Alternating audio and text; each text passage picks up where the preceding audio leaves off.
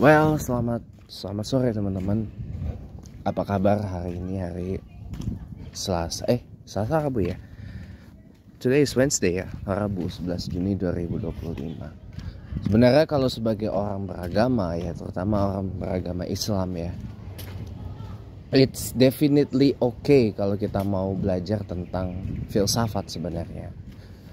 Toh sebenarnya dari perjalanan singkat saya sebagai seorang ateis dulu untuk menetralkan diri saya dari dogma agama tahun 2019 itu, sebenarnya ada satu pertanyaan yang sebenarnya saya hampir mau bikin esainya, tapi karena ada sesuatu jadinya saya nggak jadi bikin. Jadi pertanyaannya tentang the existence of God, eksistensi Tuhan, dimana sampai hari ini saya tuh masih menganggap bahwa satu misteri sains terbesar yang belum bisa dipecahkan hingga abad ini tuh adalah itu, the existence of God. That's the biggest question.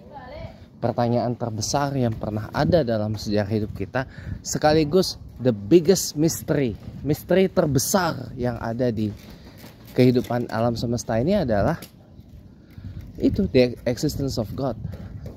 Kalau tentang terciptanya alam semesta kan mungkin teman-teman ada yang percaya teori Big Bang atau teori evolusi, evolution theory dari Charles Darwin. Dan itu juga saya percaya terhadap keduanya. Nah, tapi the biggest mystery, the biggest unsolved mystery itu adalah the existence of God. Gitu.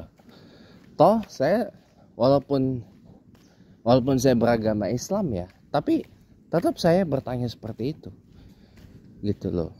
Karena kita kan teman-teman yang istilahnya itu kayak gini lah ya, yang beragama di luar Islam pun juga pasti banyak yang ini dengan saya deh, banyak yang sepaham sama saya deh, bahwa kita harus punya nalar kritis dalam beragama dan juga bertuhan gitu loh, agar tidak terjebak dalam iman buta ya, agar tidak terjebak dalam iman buta. Contohnya begini, pertanyaannya adalah contoh gini, teman-teman mungkin sering bertanya, why we must suffer?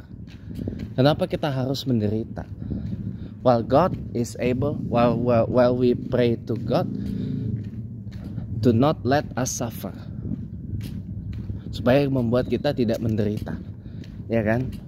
Karena kita kan sering meyakini bahwa di balik kesulitan pasti ada kemudahan, ya. Kemudian bahwa sesungguhnya Tuhan itu maha memudahkan semua urusan. Tuhan itu juga tahulah bagaimana. Yang lebih sering kita dengar dalam cara agama Islam itu adalah Allah itu tidak pernah menguji hambanya melebihi dari batas kemampuan hambanya, seperti itu. Nah, kalau kita kaji secara filosofikal, emang benar begitu ya, emang benar begitu. Emang batas kemampuan kita semana kan kita nggak tahu, teman-teman. Dan teman-teman, saya jujur hari ini masih suka nonton Dark Matter 2525 ya, sesekali ya.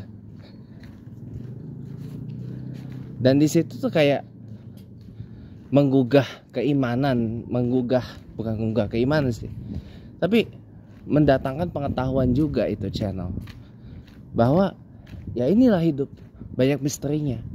Why we must suffer? Kenapa kita harus menderita? Kenapa kita harus dibikin susah? Kenapa ada orang yang kelaparan, kehausan? Kenapa ada orang miskin? Kenapa ada orang kaya? Kenapa ada orang yang hidupnya enak? Kenapa ada orang yang hidupnya nggak enak?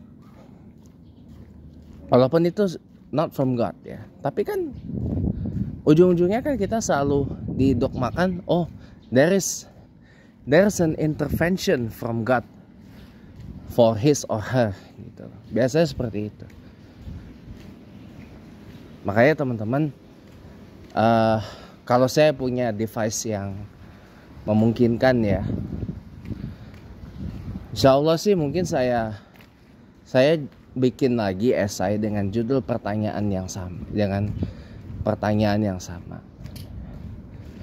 ya kan, dengan pertanyaan yang sama, supaya kita jadi berpikir, emang benar Tuhan itu ada apa, atau hanya karangan kita doang, atau memang benar ada tapi where is he?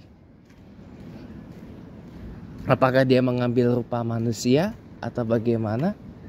Atau dia mengambil rupa apa atau bagaimana? Kalau di kita kan jelas laisa kamislihi syai', ya kan? Tapi itulah teman-teman ya. Nanti kita akan lebih dalam lagi bicarain ini abis saya sholat asar ya. Untuk sekarang saya selalu akan mengatakan ketika lagi membahas ini,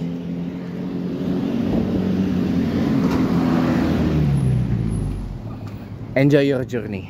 Itu aja.